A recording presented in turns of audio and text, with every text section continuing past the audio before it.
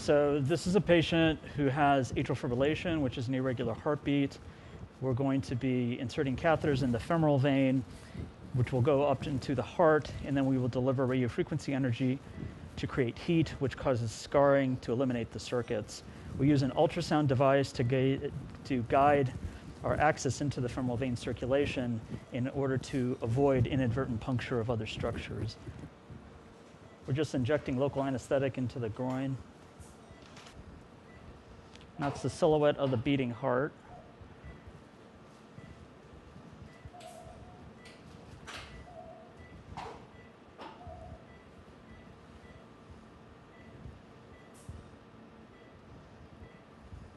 We'll get a shot of the ultrasound screen. You can see the heart beating.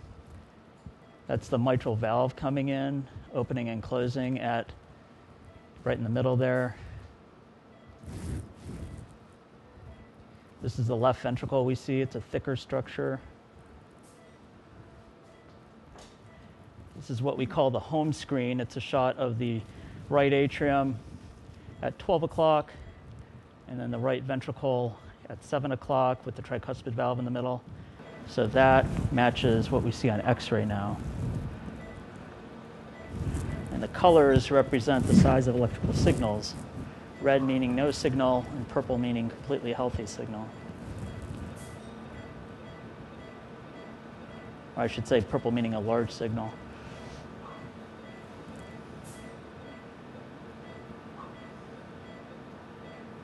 So we're creating an anatomic map and an electrical map at the same time using this software.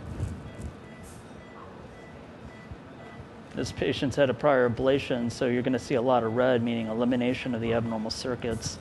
So we're really trying to find out when people have recurrences, it's usually an area that grows back, or trying to find that area. It's like hunting for needles in haystacks,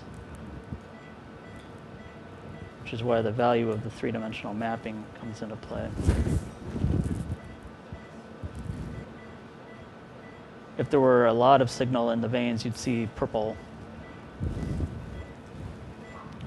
So now these colors that we see in the main body, that purple is normal to see. That's in the left atrial chamber proper.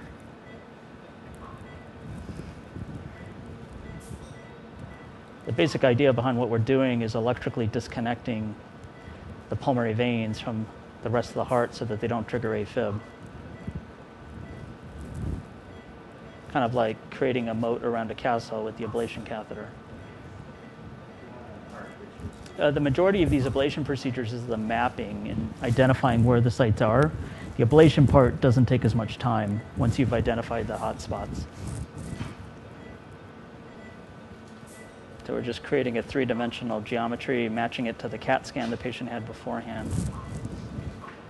So again, all I'm doing is moving. This catheter is almost like a paintbrush, and it's collecting data points. And the software algorithm translates the data into color to help identify where scar tissue is, where healthy tissue is, where areas of abnormal circuits are.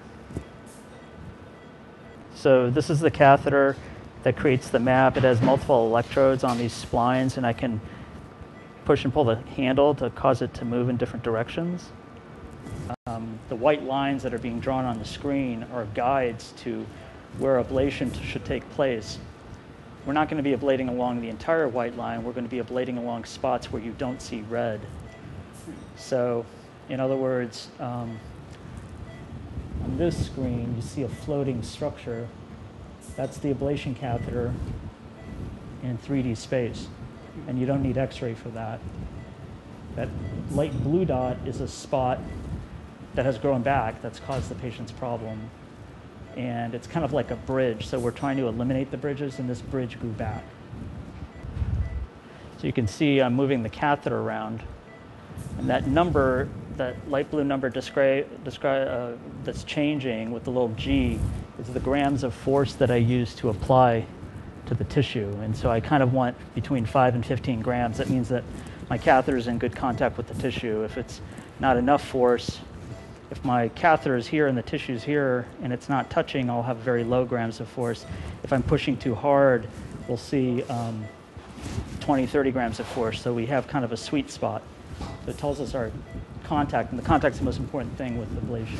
See, I'm manipulating my hands down here, push and pull the catheter, have it go in and out, and then I can clockwise or counterclockwise torque this to get the catheter to move.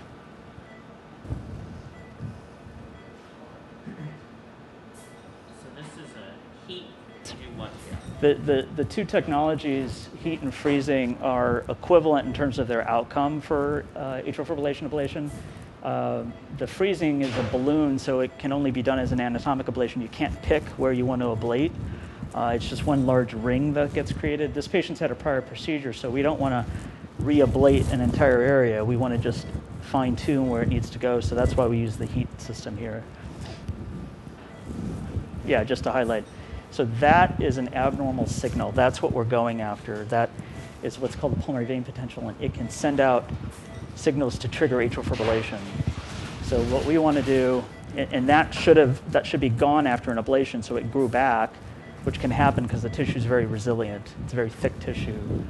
And so he had his done at a time where we didn't have the contact force sensing catheter. So with the technology improvements, we see less recurrences. So let's go ahead. Yeah, 30 watts sounds good. Let's go on here. Ablate. So that sound you're hearing is the ablation. We want to see those signals go away.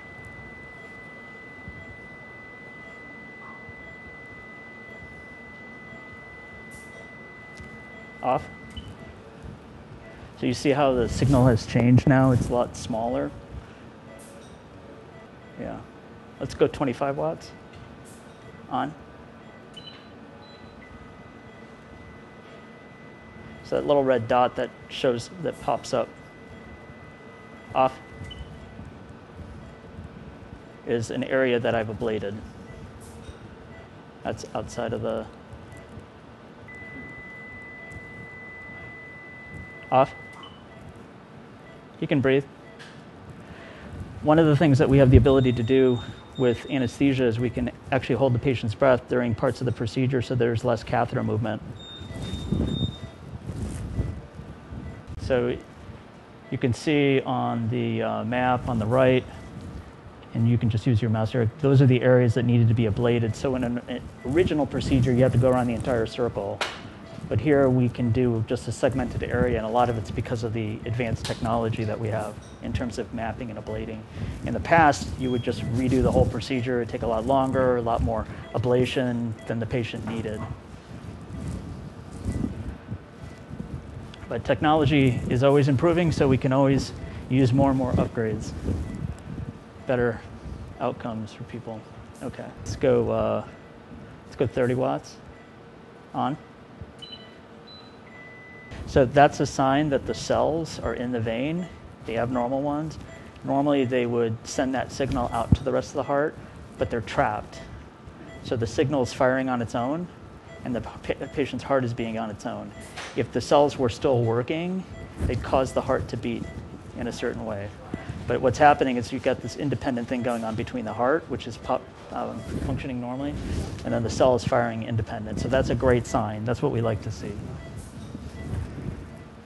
Physiology study where I deliver electrical stimuli to try to induce the abnormal rhythms to see if what I achieved today was enough. So with these ablations, you don't have to be out of rhythm while you're doing the ablation to do the ablation. You can use this color coding system to identify where abnormal spots are. It's almost like you have a bunch of islands and we're looking for hurricanes between the islands, and that's what we're ablating. The islands are kind of the different colors that we're seeing.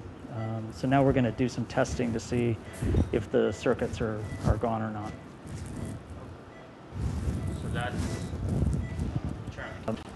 We weren't able to induce any arrhythmias with the pacing, which is a great sign. And so now we're going to give something called isoproterenol, which is a form of IV adrenaline, to try to stress the heart to tease out any abnormal rhythms. SVT ablation, it's like one hurricane, and you need to be in the hurricane to find it and eliminate it. This kind of ablation, the AFib ablation, you can be in a normal rhythm, and you have a bunch of abnormal islands that the hurricanes can develop. And so what we do is piece together where all the islands are, build these bridges, so that you can't get any hurricanes to go through. So it's a different approach. So you don't have to be in the atrial fibrillation to map it. AFib is something you can't map because it's so disorganized. The other arrhythmias that we deal with, it's a single point. You can find it. AFib, it's like coming from all different places. It's like this massive hurricane, and so what you basically do is lay down a bunch of bridges to compartmentalize it. So the procedure went very well. This was a 78-year-old man who has a history of atrial fibrillation and atrial flutter. These are abnormal circuits located in different parts of the top chambers of the heart. He had an ablation back in 2014 using a robotic system, which was the advanced system at the time. However, he's had recurrences, errors have grown back, and so we used a different technology today called contact force sensing, which over time has resulted in better lesion formation and lower recurrence rate for patients. So we were able to employ that technology today. He had a successful ablation. We were able to identify spots in the heart that had grown back using this 3D mapping technology and color-based technology and target those areas rather than having the patient undergo an extensive ablation. This has saved a lot more time and energy in terms of getting the treatment accomplished. So at this point, it's an outpatient procedure. He'll stay overnight and go home next day and then come back in about a week for follow-up, but he's done very well.